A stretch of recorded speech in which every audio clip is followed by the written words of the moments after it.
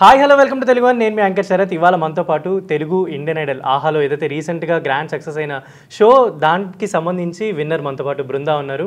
So Brinda, hi. Welcome to Telugu one.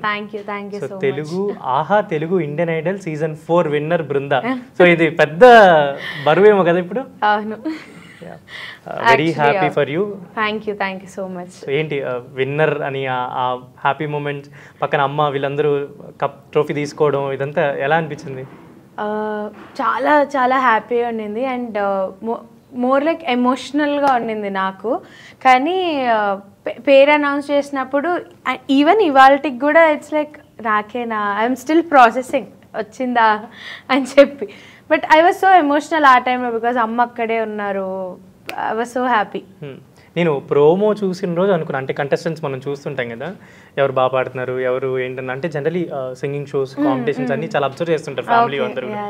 ఇంట్లో కూర్చొని family వాళ్ళతో చేస్తుంటే కొంతమంది అంటే ఈ అమ్మాయి బాగా పాడుతున్నారా, ఈ అమ్మాయి అలా చాలా మందికి తెలుసు, ఎప్పటి నుంచో సింగింగ్ ఫీల్డ్లో ఉన్నా కాబట్టి ఈ అమ్మాయి బాగా పాడుతుందని ఇంప్రెషన్ ఫస్ట్లోనే వచ్చింది. సో ఎప్పుడైతే ప్రోమో నుంచి ఇప్పుడు షో విన్నర్ వరకు, సో ఎవ్రీడే ఒక్కొక్క సాంగ్ సెలెక్షన్ అవ్వచ్చు, ఈ కాంపిటీషన్ ఎలా అనిపించింది మీకు? కాంపిటీషన్ అంటే యాక్చువల్లీ నేను ఏమనుకుని వెళ్ళాను అంటే, ఏదైనా సరే I need to prove my self, I'm a versatile singer అని ప్రూవ్ చేసుకోవాలి అనేది బ్రెయిన్లో ఉండింది. అసలు విన్ అవ్వాలి, ఉండాలి, ఫినాలే వరకు రావాలి, ఇలాగ ఎక్కడ ఏమనుకోలేదు. ఫ్రాంక్లీ స్పీకింగ్ ఏమనుకోలే. టాప్ 11లో వెళ్ళిపోయినా, టాప్ 10లో వెళ్ళిపోయినా, ఎప్పుడు వెళ్ళిపోయినా అరే అమ్మాయి బాగా పాడిందిరా, మేబీ వచ్చి వాళ్ళు ఆ ఇంప్రెషనే ఉండాలి. కానీ అరే పాట బాగా పాడలేదు కాబట్టి వెళ్ళిపోయింది అనే ఇంప్రెషన్ ఉండకూడదు. నా 100% ఎఫర్ట్ నేను పెడతా, వాట్ ఎవర్ హ్యాపెన్స్ అనే మైండ్ సెట్తోనే ఉన్నా. సో సాంగ్ సెలెక్షన్స్ కానీ అన్నీ అలాగే సెలెక్ట్ చేసుకున్నాం. ఓకే నేను ఇది చెయ్యాలి, ఇది ఒక డిఫరెంట్ జానర్, ఇది చేయాలి, ఇది చేయాలి, అలాగా చూసుకొని చేసుకున్నా. బట్ నెవర్ థాట్ ఫినాలే వరకు రావాలి, విన్ అవ్వాలి, ఇలా అసలు ఎప్పుడు లేదు. సో ఇన్నేళ్ళు అంటే కష్టపడి చాలా మ్యూజిక్ ఫీల్డ్లో 2000 ఐ థింక్ ఆల్మోస్ట్ ఇంకొక 1 yearతో నువ్వు 10 years డికేడ్ కంప్లీట్ చేసుకుంటున్నావు ఇండస్ట్రీకి వచ్చి. అంటే ఒక ఇండస్ట్రీకి వచ్చి కోరస్లు, సింగింగ్, స్టేజ్ షోస్ అన్నీ చేసుకుంటూ సో ఒక ప్లాట్ఫామ్ మీద, అంటే ఇవాళ ఓవర్ నైట్ నువ్వేం పాపులర్ కాలేదు. హార్డ్ వర్క్, ఆ జర్నీ అంతా ఎవరైతే మీకు తెలిసిన వాళ్ళు, పర్సనల్లీ తెలిసిన వాళ్ళందరికీ తెలుసు నీ జర్నీ గురించి.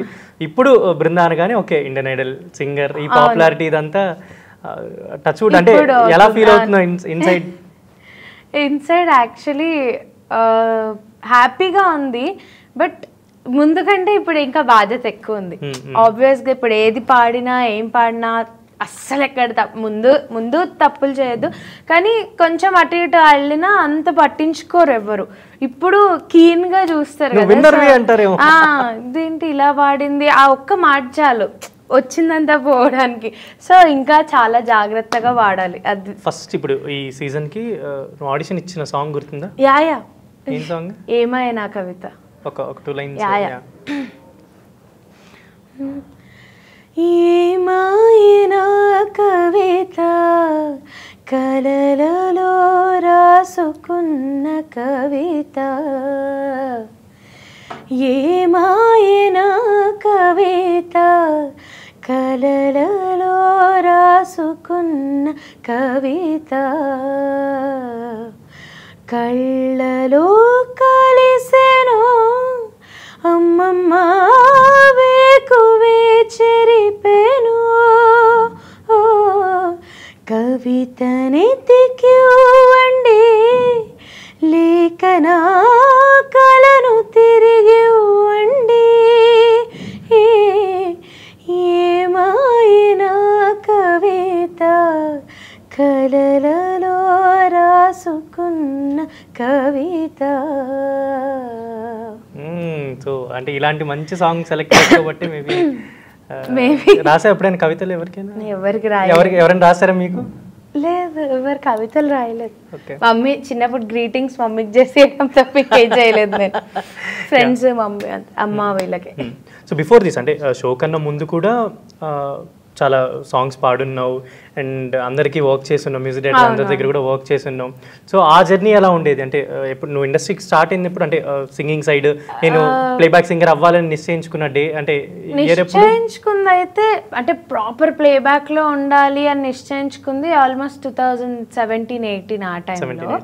కానీ ఫస్ట్ రియాలిటీ షో వచ్చేసి 2013-14 పాడుతూ తీయగాలో పాడాను. ఆ తర్వాత ఇంకా 2015లో 10th ఇలా అయిపోయింది. ఇంటర్ ముందు అదేంటి స్వరాభిషేకంకి యాక్చువల్లీ పాడుతా తీయగాకే మళ్ళీ ఆడిషన్కి వెళ్తే నువ్వు ఆల్రెడీ పాడావు కదా అని చెప్పి స్వరాభిషేకం తీసుకున్నారు. సో అలా స్వరాభిషేకంతో కంటిన్యూ అవుతూ ఇంకా స్టడీస్ ఇంటర్ అయిపోయింది. ఆ నెక్స్ట్ ఇంకా చిన్న చిన్న రికార్డింగ్స్ అవి ఇవి వస్తే అలా చేసుకుంటూ చదువుకునేదాన్ని. కరెక్ట్గా కోవిడ్ టైంలో అంటే ముందు నుంచి అనుకునేదాన్ని ప్లేబ్యాకే అని చెప్పి, కానీ ఇంట్లో కొంచెం నేనేం చేయను ఓన్లీ మ్యూజిక్ సైడ్ అంటే అప్పుడే అంటే పక్క కొడతారు వేస్తారు. సో అందుకే సరే పీజీ అయిపోయింది. అయిపోయాక దెన్ ఇలాగే నేను ట్రావెల్ ఎక్కువ చేస్తా. కోవిడ్ అయిపోయింది ఫస్ట్ వేవ్ అయ్యాక ఐ వెంట్ టు కేదార్కంత ట్రెక్కి వెళ్ళి అక్కడ సిగ్నల్స్ లేవు ఏం లేవు అలా చూస్తున్నప్పుడు దెన్ ఐ డిసైడెడ్ అసలు జాబ్ వద్దు ఏమొద్దు, ఒక 1 year ఎల్సీ మ్యూజిక్లో ఎలా అయితే అలాగా. బట్ అంటే నాకున్న మెయిన్ థింగ్ ఏంటంటే రిగ్రెట్ అవ్వకూడదు లైఫ్లో. ఇప్పుడు ఫ్యూచర్ చేసేస్తా, జాబ్ చేసేస్తా అందరు అడిగినట్టు, కానీ అరే అది చేసుంటే బాగుండేదేమో, ఇప్పుడు నా లైఫ్ వేరుగా ఉండేదేమో, ఆ రిగ్రెట్ వద్దు. చేస్తా అయితే వెళ్ళండి కూడా, అవ్వకపోయినా ఐ హ్యావ్ ఒక హ్యాపీనెస్ ఉంటుంది. ట్రై చేశాను అవ్వలేదు it's okay but I tried అనేది అలానే ఉండాలని చెప్పి కరెక్ట్ ఇలా దిగి సిగ్నల్ రాగానే అమ్మకి ఫస్ట్ చెప్పేసా నేనేం జాబ్ చేయను, ఒక 1 year చూస్తా అని. 1 year కాస్త 8 years అయింది. Yeah she happy. మధ్య మధ్యలో కొట్లాడినప్పుడు గొడవలు పడ్డప్పుడు అంటుంటది కానీ అలా చెప్పదు, అవే పెడతారు మా అమ్మతో కొట్లాడి ఇప్పుడు నార్మల్ షోకి వెళ్ళాము ఇంట్లో ఏదో చిన్న దానికి వెళ్ళి నువ్వు జాబ్ చేసింటే అయిపోయేదని వస్తుంది మధ్యలో. కామన్ అది అందరికీ కామన్. అదే ఎందుకు జాబ్ చేస్తుంటే అసలు ఇంత ఉండేది కాదు, అక్కడతో అలాగ అయిపోతుంది. మళ్ళీ నెక్స్ట్ మూమెంట్ సర్లే ఎల్లు రికార్డింగ్ అంటది అలా అనమాట. సో ఫస్ట్ అంటే లైక్ కోరస్ అవ్వచ్చు, ఈ బిట్స్ ఈ పోర్షన్స్ ఇవి కాకుండా ఫస్ట్ నువ్వు పాడిన ఐ మీన్ సాంగ్ ఏదైనా గుర్తుందా? డెబ్యూ సాంగ్ జాను, అది గుర్తుంది నాకు. ఐమాక్స్ బయట చాలా మంది నేనే జాను సింగర్ పాడిన పాట అని చెప్పి అని బాగా వైరల్ అయింది ఆ వీడియో. అవును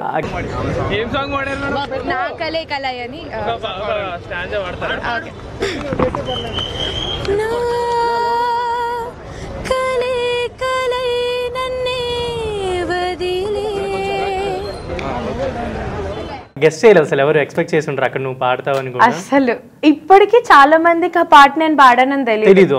బికాజ్ మ్యూజిక్ డైరెక్టర్ వచ్చేసి తమిళియన్ కాబట్టి లాట్ ఆఫ్ పీపుల్ నేను వెళ్ళి ఇలా పాడానంటే అది నువ్వు పాడావా, మేము ఇంకెవరో తమిళ్ సింగర్ అనుకున్నాం. Because music director is Tamilian, నేను వెళ్ళి చెన్నైలోనే పాడా. But I got that opportunity from dubbing. నేను నా మూవీలో గౌరీకి డబ్బింగ్ చెప్పా, అదే చిన్నప్పుడు సమంతకి. సో అందులో వాళ్ళకి స్పెసిఫిక్ గా సింగర్స్ డబ్బింగ్ ఆర్టిస్ట్ ఉండేవాళ్ళు కావాలి అని అన్నారు. That was my first movie even for dubbing. Sudden గా ఐ గాట్ ఏ కాల్, ఇలా సింగర్స్ డబ్బింగ్ చెప్తావా అంటే యా ట్రై చేస్తా అని వెళ్ళా. ఓకే అయ్యింది. అందులో పాడుతుంది కదా 2-3 సాంగ్స్. సో దానికోసం దే వాంటెడ్ సింగర్స్. అది అయిపోయింది మొత్తం డబ్బింగ్. ఆ ఫస్ట్ రీల్ ఏమైతే తందుందో చెప్పేశాక అక్కడ డైరెక్టర్ వీళ్ళందరూ ఉండి there will be a song, అది కూడా పాడాలి అన్నారు. నేను సర్లే ఇలాగే అంటారు, ఇది పెడితే చాలా ఎక్కువ, డబ్బింగే ఉంచితే చాలరా బాబు అన్నట్టు ఉన్నా. కరెక్ట్ డిసెంబర్ ఎండింగ్ లో కాల్ వచ్చింది చెన్నై వచ్చి పాడాలి అని. వెళ్ళా పాడా, కరెక్షన్ కి ఇంకొకసారి వెళ్ళా. ఆయనే ఉన్నారు, ఆయన ఉన్నారు, చిన్మయి గారు ఉన్నారు. అంటే తెలుగు కదా, సో కరెక్షన్స్ ఆయనకు తెలియదు అని చెప్పి పిలిచారు. చిన్మయి గారు అంటే నీ డబ్బింగ్ నేను వినలేదు నాకు తెలీదు, బట్ సింగింగ్ లో అయితే విల్ గో వెరీ హైట్స్, అసలు క్రేజీ పాడుతున్నావు నువ్వు, your range is also so good అని. ఈవెన్ గోవింద్ వసంత సార్ ఇప్పటికీ విల్ బీ ఇన్ కాంటాక్ట్. అంటే ఇక్కడికి వస్తున్నారు అంటే I will text him sir I'm coming అని చెప్పి.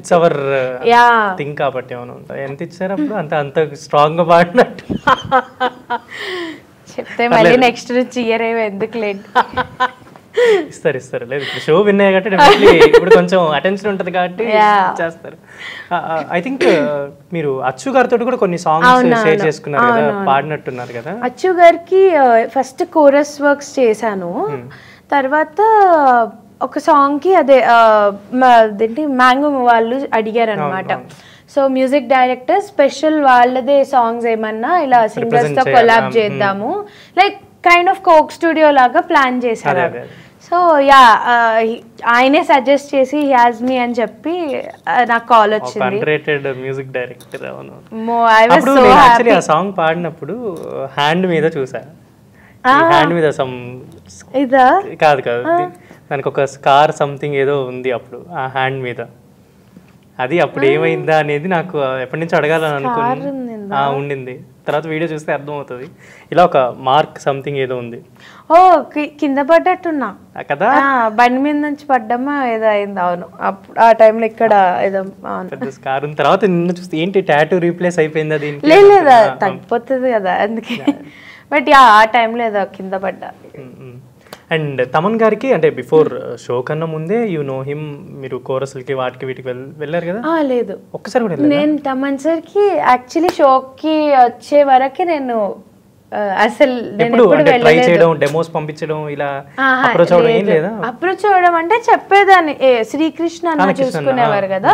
సో కృష్ణ అన్నకు చెప్పాను, అన్న ఇలా ఫుల్ టైమ్ మిషన్ ఏమన్నా ఉంటే చెప్పండి అని. కానీ ఎప్పుడు నాకు ఆపర్చునిటీ రాలేదు.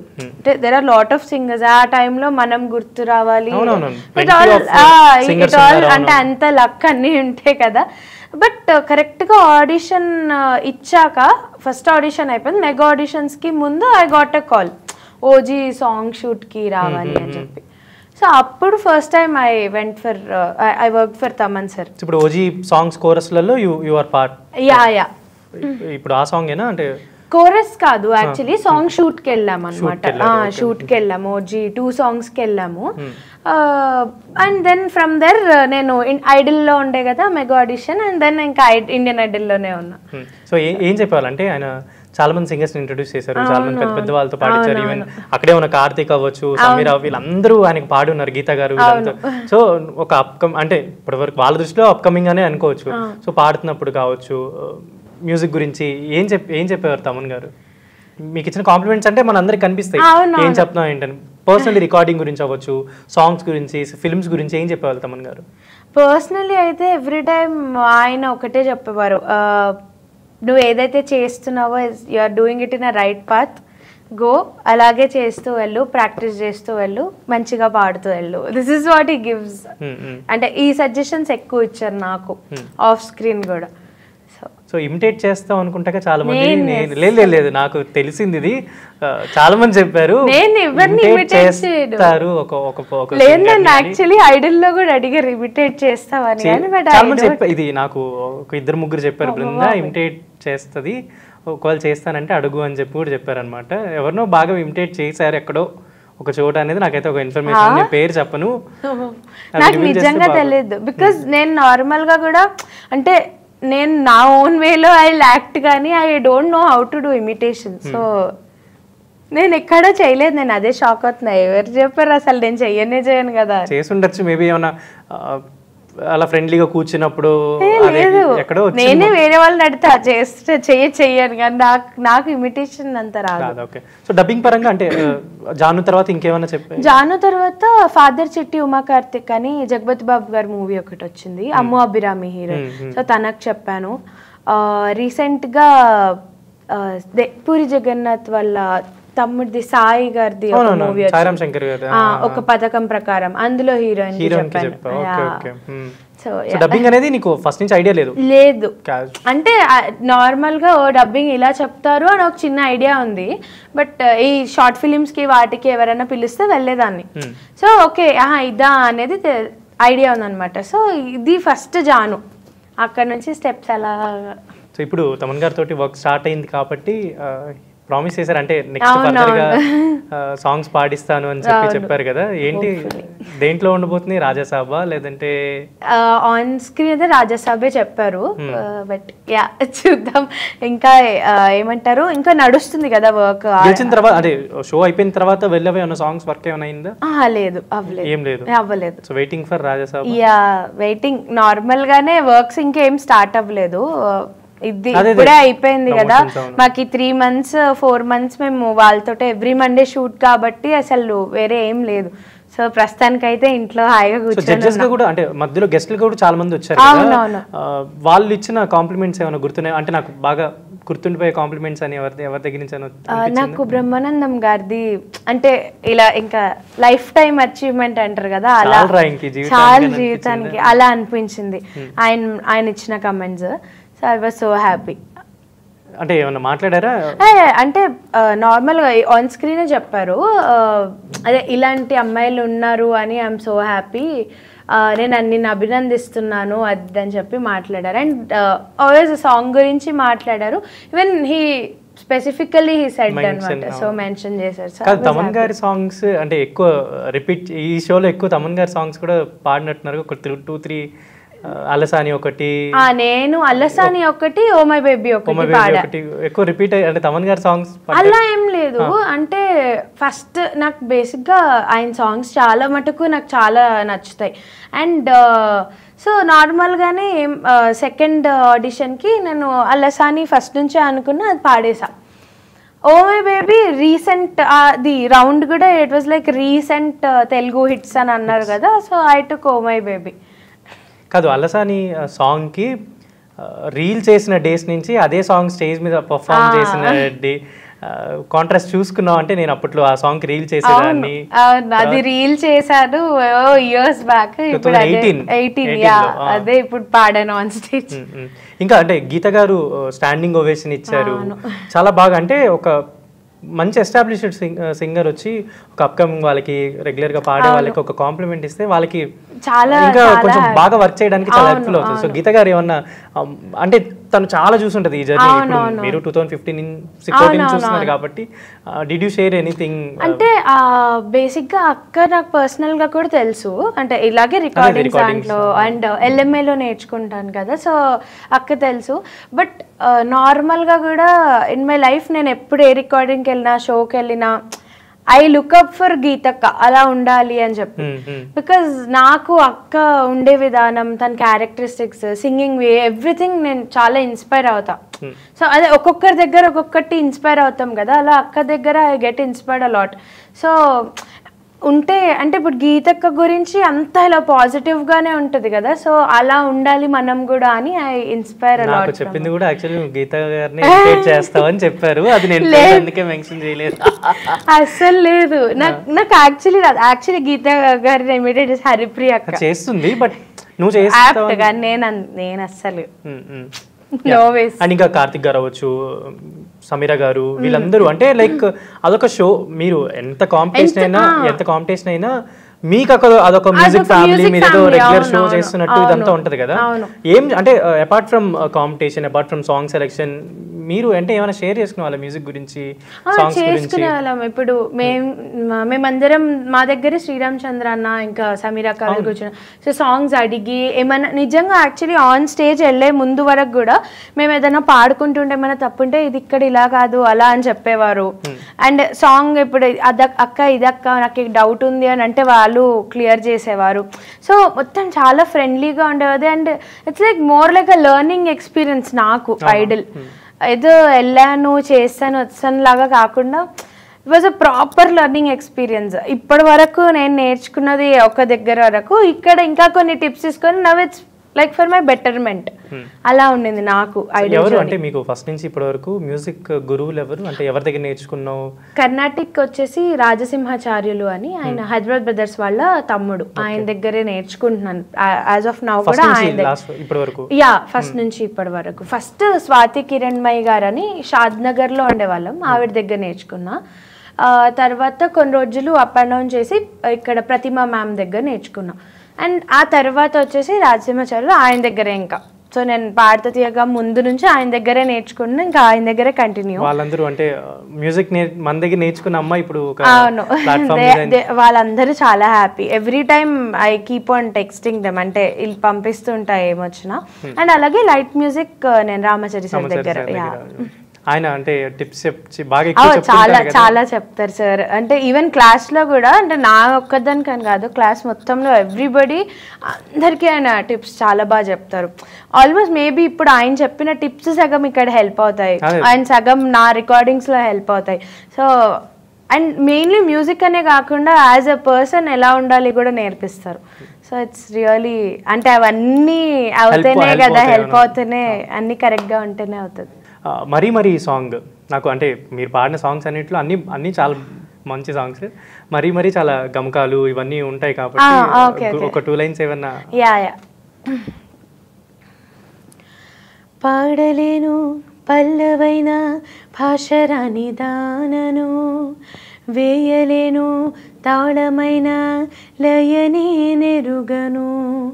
పాడలేను పల్లవైన భాషరాని దానను, వేయలేను తాళమైన లయనే నెరుగను. తోచింది చెప్పాలని ఎదుటికొచ్చి నిలుచున్నా, తోచిన మాటలనే వరుస కట్టి అంటున్నా. పాడలేను పల్లవైన భాషరాని దానను, వేయలేను తాళమైన లయనే నెరుగను.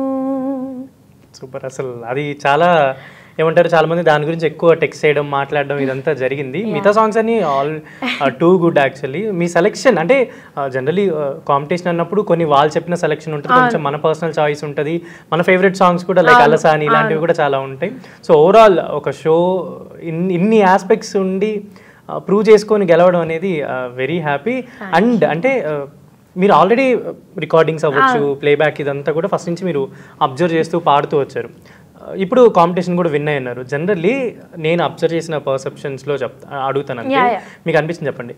కొంతమంది బాగా కాంపిటీషన్స్ అవ్వచ్చు, ఇలా బాగా పాడతారు, బట్ రికార్డింగ్కి వెళ్ళినప్పుడు కొంతమంది ఫెయిల్ అయిపోతారు. కొంతమంది రికార్డింగ్స్లో అసలు ది బెస్ట్ చేస్తారు, బట్ వాళ్ళు అంటే కాంపిటీషన్స్ లో వీటిలో చేయలేరు. కొంతమంది షోస్ లో బాగా అసలు ఇంకా రాక్ చేస్తారు, బట్ రికార్డింగ్స్ లో. So what you observe? ఇప్పుడు మీరు ఆల్రెడీ ప్లేబ్యాక్ ట్రై చేస్తున్నారు, కాంపిటీషన్ విన్ అయినారు, అన్ని స్టేజ్ షోస్ కూడా బాగా చేస్తారు, ఐ థింక్ చాలా మందితో చేస్తున్నారు కాబట్టి వాట్ యూ అబ్జర్వ్?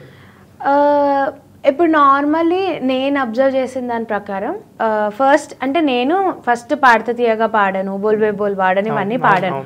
సో అప్పుడు మేబీ నాకు కూడా అంత ఐడియా లేదు రికార్డింగ్స్ గురించి. సో ఒక షోలో ఫస్టే అంటే నేను చూసిన వరకు ఫస్టే ఫుల్ అంటే ఫస్ట్ విన్ అయిపోయి వాళ్ళు ఏం నార్మల్గా పాడతారు, వచ్చి షో చేస్తారు. షోలో ఫినాలే వరకు వచ్చాక ఆబ్వియస్లీ మ్యూజిక్ డైరెక్టర్స్ పిలవడం స్టార్ట్ అవుతుంది. సో ఫస్టే మెయిన్కి పిలిచేస్తారు కదా, ఎక్స్పీరియన్స్ లేక. ఇప్పుడు అక్కడ రికార్డింగ్ మైక్స్లో మనం పాడడం వేరు, అక్కడ టేకింగ్ వేరు, everything is different.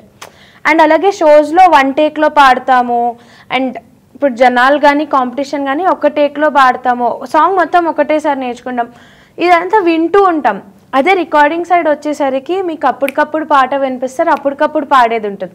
So it all depends on your, అంటే నువ్వు ఎంత త్వరగా గ్రాప్ చేసుకుంటావు, ఎవ్రీథింగ్ మ్యాటర్స్. సో ఇప్పుడు నేను వచ్చినప్పుడు నేను ఎందులో విన్ అవ్వలేదు. సో నార్మల్ పాడత తీయగా పాడా, బొల్వే బోల్ పాడా, చిన్న రికార్డింగ్స్ కోరస్లో అవి పిలుస్తుంటే ఫస్ట్ టైం వెళ్ళినప్పుడు నేను కూడా భయపడ్డా, ఏంటి నాకేం తెలీదు అని. బట్ థింగ్ ఏంటంటే ఓకే పాట వినాలి, వెంటనే అది నేర్చుకోవాలి. సో అలా కోరస్ పాడి పాడి పాడి ఐ గెయిన్డ్ ఎక్స్పీరియన్స్ ఇక్కడ. అండ్ దెన్ నేను నార్మల్గా అప్పుడు షోస్ చేసేదాన్ని, స్వరాభిషేకం దీంట్లో అందరినీ చూసి ఆహా ఇలా చేయాలి ఇలా చేయాలని నేర్చుకున్నా. అక్కడ కూడా సింగింగ్ కోరస్. మెయిన్స్ పాడడం కంటే ఎక్కువ కోరస్ చాలా కష్టం. సో వన్స్ కోరస్ అంతా కరెక్ట్గా పాడుతున్నాం, you know how it is working, అంటే మెయిన్ ఈజ్ వెరీ ఈజీ పాడడం.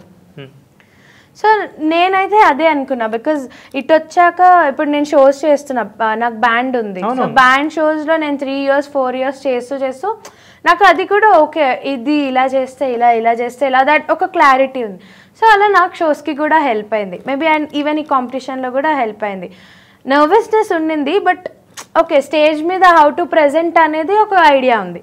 ఫర్దర్గా అంటే ఇప్పుడు ఇంత ఎక్స్పీరియన్స్ వచ్చిన తర్వాత ప్లేబ్యాక్స్ పరంగా ఎలా ప్లాన్ చేసుకుందాం అనుకుంటున్నాను. అంటే ఇప్పుడు ఇన్ని రోజులు అంటే మేబీ కొంతమంది అప్రోచ్ అయ్యి ఉండొచ్చు, కలిసి ఉండొచ్చు, ఆర్ఎల్స్ రికార్డింగ్స్కి వెళ్ళి ఉండొచ్చు. బట్ ఇప్పుడు నీకు ఒక ఆహా ఇండియన్ ఐడల్ వల్ల ఒక రికగ్నైజేషన్, ఎక్కడికి వెళ్ళిన బృంద ఇదంతా వచ్చిన తర్వాత ఇప్పుడు ఎలా ఫర్దర్గా ప్లేబ్యాక్ ఎలా ప్లాన్ చేసుకుందాం అనుకుంటున్నాను? ప్లాన్ అయితే ఏం అనుకోలేదు. ఓన్లీ థింగ్ ఏంటంటే ఏ ఆపర్చునిటీ వచ్చినా వెళ్ళడం is the only thing I can do. అంతే, వెళ్ళి నా 100% సేమ్ థింగ్, నా 100% ఎఫర్ట్స్ నేను ఇస్తే వాట్ హ్యాపెన్స్ ఇస్ హ్యాపెన్స్. తర్వాత ఇప్పుడు అక్కడ కార్తిక్ గారు, సమీరా గారు అండ్ శ్రీరామ్ చంద్ర అండ్ ఇంకా గీత గారు, వీళ్ళ నలుగురు నీ ఫేవరెట్ సింగర్? నా ఫేవరెట్ సింగరా?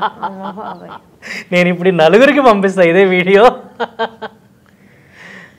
యాక్చువల్లీ అందరూ ఫేవరెట్ అంటే ఒక్కొక్కరు జానర్ ఒక్కొక్కటి కదా, జానర్ ఒక్కొక్కటే. బట్ ఫేవరెట్ అనేది ఎప్పుడైనా ఒకటే అంటే నా సరే కార్తిక్ గారు, గీతక్క వీళ్ళందరిలోనా పెద్ద పంపిస్తా. సమీర గారికి అల్లాడిపోతుంది, ఆన్సర్ చెప్పలేకపోతుంది. సమీరక్క లేదు, సమీరక్క షీ నోస్ అంటే సిచువేషన్ బట్టి చెప్పింటది ఆన్సర్ అనుకోవచ్చేమో మేబీ. బట్ నాకు నార్మల్ గా కూడా గీతక్క చాలా ఇష్టం. అదే చెప్పాను కదా. సో కార్తిక్ గారు, శ్రీరామ్ చంద్ర గారు, సమీరా గారి కంటే నాకు గీత గారే ఇష్టం అంటున్నా. కార్తిక్ గారు is inspiration from the start. Event షోలో కూడా చెప్పాను నేను. అది చెప్పేవాళ్ళే కానీ ఫేవరెట్ అంటే ఇప్పుడు అన్ని పరంగా నేను ఇట్లా ఐ లుక్అప్ టు హర్ అని అంటే గీతక్క. నేను అన్ని రకాలుగా గీత గారిని చూసే నేర్చుకుంటాను, మిగతా వాళ్ళతో నాకు సంబంధం లేదు అంటున్నా. Okay, so favourite music director ఎవరు? ఫేవరెట్ ఇప్పుడు నెక్స్ట్ సాంగ్స్ వస్తాయి కదా, అట్లా ఫేవరెట్ చెప్పలేను అని మాత్రం అనొద్దు. అలా ఏం లేదు. నా ఆల్ టైమ్ ఫేవరెట్ ఎప్పటికీ అయితే మణి శర్మ గారు, ఇళయరాజా, ఏఆర్ రెహమాన్ గారు. ఈ 3 మెంబర్స్ సాంగ్ నేను ఎక్కువ వింటా. సో ఇప్పుడు నెక్స్ట్ అంటే ఇప్పుడు షో అయిపోయింది కాబట్టి మణి గారు, ఇళయరాజా గారు, ఏఆర్ గారు అంటే మీకు కాల్ వస్తే ఐల్ బి సో వాళ్ళ దగ్గర కోరస్ ఉన్నా పర్లేదు. I'll be so Mani Sharma గారి సాంగ్స్ అంటే చాలా నెంబర్ ఆఫ్ మెలడీస్ అన్ని ఉంటాయి కదా, నీకు బాగా ఒక అంటే ఎప్పుడు రెగ్యులర్ గా పాడుకునే ఒక సాంగ్ ఏదైనా గుర్తుందా?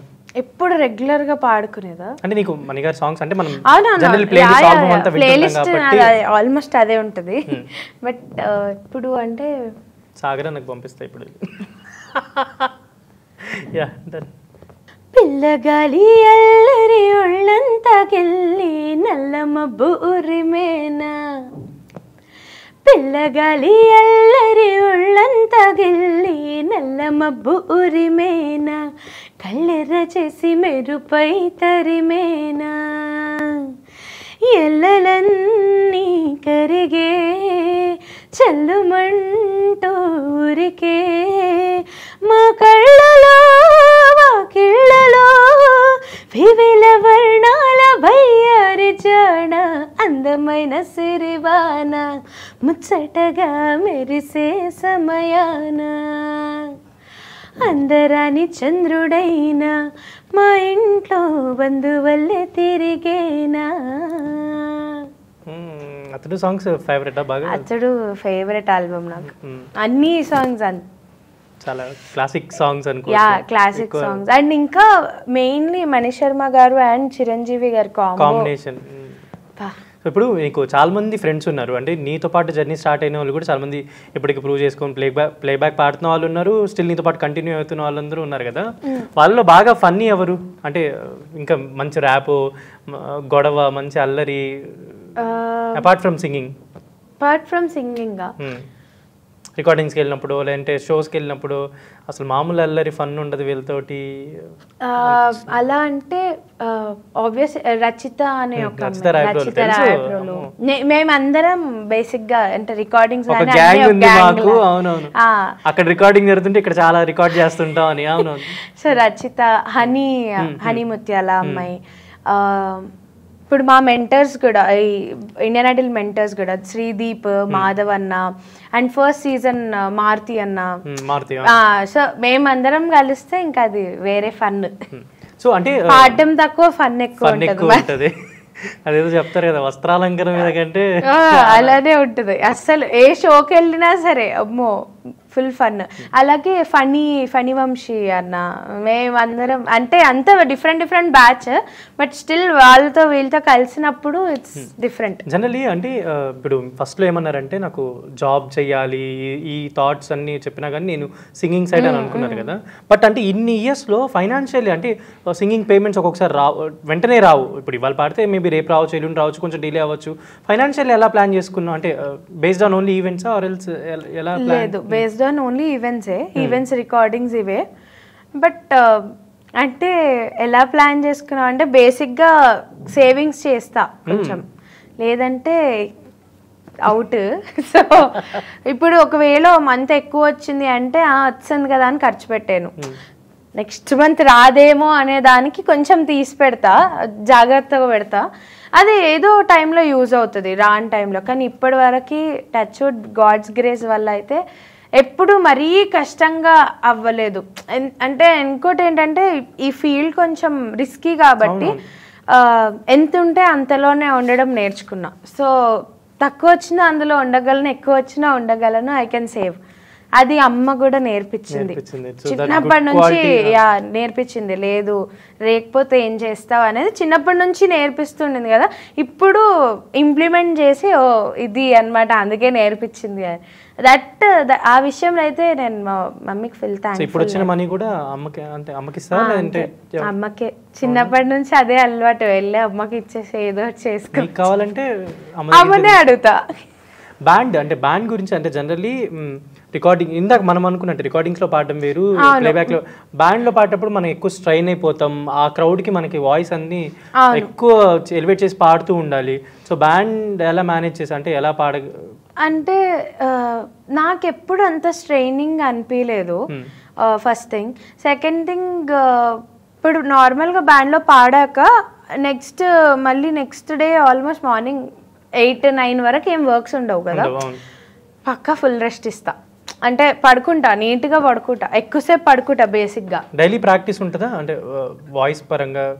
వార్మప్స్ అంటే అదే యాక్చువల్లీ ఒక దగ్గర కూర్చొని వార్మప్ చేసేది అయితే లేదు, కానీ మార్నింగ్ లేచినప్పటి నుంచి అంటే నార్మల్ డైలీ కోర్స్ అంతా అయిపోయాక ఆబ్వియస్గా ఏదో ఒక పాట నడుస్తూ ఉంటుంది, ఏదో ఒకటి హమ్ అవుతూనే ఉంటుంది. లేకపోతే ఏదైనా కొత్త పాట వస్తే నేర్చుకోవడము, అది అలా పెట్టుకొని లూప్లో వింటూ దాంతో పాడడము, ఇది చేస్తూ ఉంటాం.